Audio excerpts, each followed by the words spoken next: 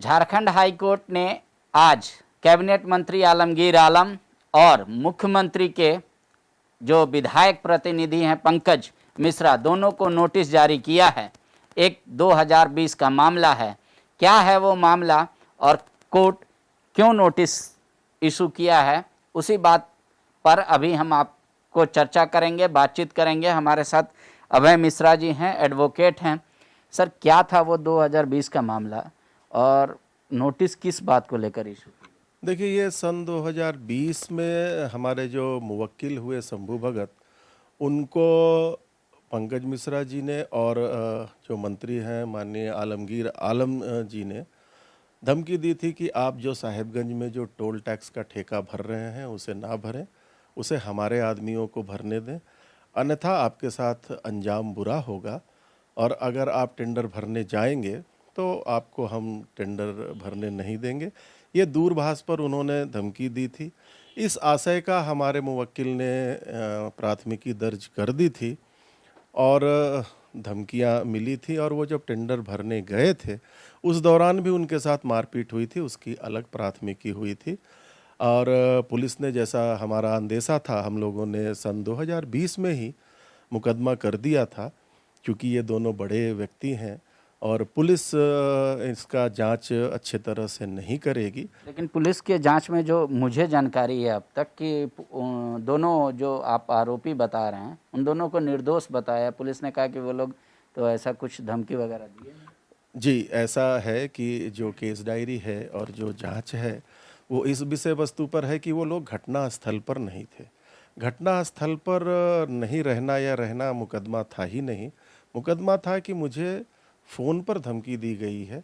तो ये बिल्कुल एविडेंस होता है, इसे इलेक्ट्रॉनिक एविडेंस कहते हैं।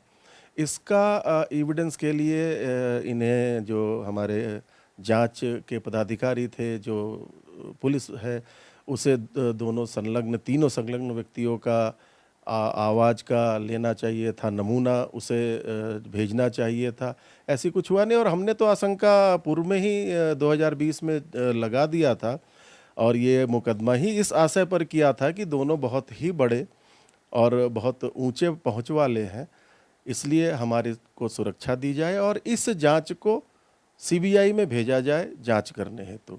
और जैसा कि मुझे पता है, आपको पता होगा, वही हमारे जो मुवक्किल हैं वो जो ईडी के द्वारा इसी विषय वस्तु पर एक केस दायर किया गया है, उसमें हमारे मुवक्किल गवाह के रूप में उपस्थित भी हुए थे 8/7 को, और वो 8/7 को उपस्थित हुए थे और उन्होंने गवाही भी दी थी।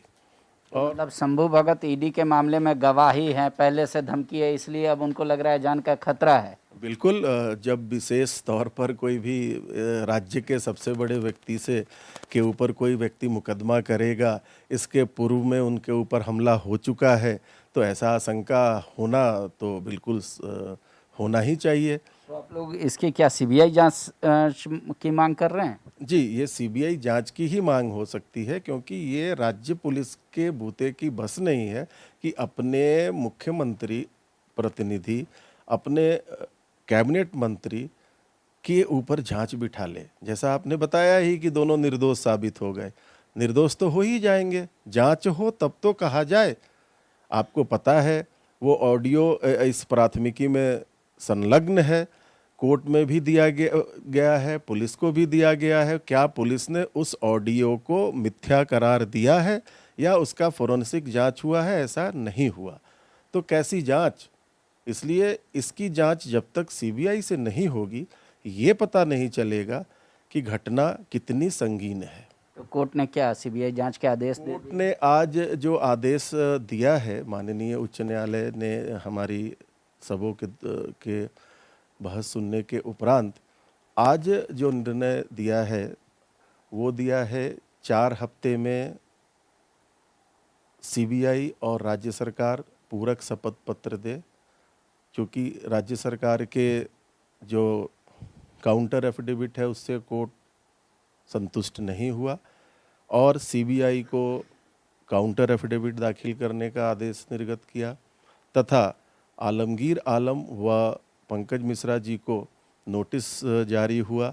अगली सुनवाई का तिथि हुई 4 हफ्ते के बाद सुनवाई होगी। तो जो आपके मुवक्किल हैं उनका सिक्योरिटी का भी कोई आदेश? हाँ जी, हम लोगों ने उसके विशेष में एक हस्तक्षेप याचिका आइए बोलते हैं न्यायालय में हम लोगों ने दाखिल किया था। हम लोगों ने कहा था कि सन 2020 से हम लोग आवेदन दे रहे हैं, हमें सुरक्षा दिया जाए और इसके बारे में किसी भी प्रकार का दिशा निर्देश नहीं दिया जा रहा है, जबकि माननीय उच्चतम न्यायालय का अभी किसी भी गवाह को सुरक्षा प्रदान करने का एक आदेश पारित है। उस आदेश के आलोक में राज्य सरकार को सभी गवाहों की सुरक्षा प्रदान करने की नीति उच्चतम न्यायालय ने बना के रखी है। तो माननीय न्यायालय ने आज उस आईए के ऊपर भी आदेश पारित किया कि किसी भी प्रकार का अनिष्ट और किसी भी प्रकार की सुरक्षा की पूर्ण जिम्मेदारी एसपी साहेबगंज व थाना इंचार्ज बरहड़वा को है। अगर किसी भी प्रकार की गलत चीज़ होगी तो वो दोनों जिम्मेदार होंगे। शुक्रिया। तो फ़ोन पर धमकी देना जो आप सुने ही भी होंगे कि 2020 में कि आलमगीर साहब एक आदमी को बात करते हैं और कहते हैं कि वो टेंडर के विषय में, फिर उसी फ़ोन को लेकर पंकज मिश्रा कुछ बोलते हैं, वही ये मामला है। फिलहाल कोर्ट ने दोनों के साथ साथ राज्य सरकार को और सीबीआई को भी अपना पक्ष रखने को कहा है एफिडेविट के माध्यम से। साथ ही सिक्योरिटी को जो शंभू भगत हैं कंप्लेनेंट, उनको कहा है कि भाई ये साहेबगंज ज़िले के एसपी और बड़हरवा के थाना प्रभारी जो हैं उन दोनों की जिम्मेदारी बनती है कि इनके साथ कोई अनिष्ट काम ना हो और वो पूरी तरीके से खुद को सुरक्षित महसूस करे। शुक्रिया। बायोम डॉक्टर बनने का है सपना मगर सही गाइडेंस की है कमी, तो आए बायोम। रांची में सिर्फ मेडिकल की तैयारी के लिए एक बेहतरीन संस्थान, नीट और एम्स की तैयारी के लिए सन 2001 से मेडिकल प्रिपरेशन के लिए सबका भरोसेमंद संस्थान बायोम, इनू एवं नगरा टोली, Ranchi. thefollowup.in. Like, share and subscribe. www.thefollowup.in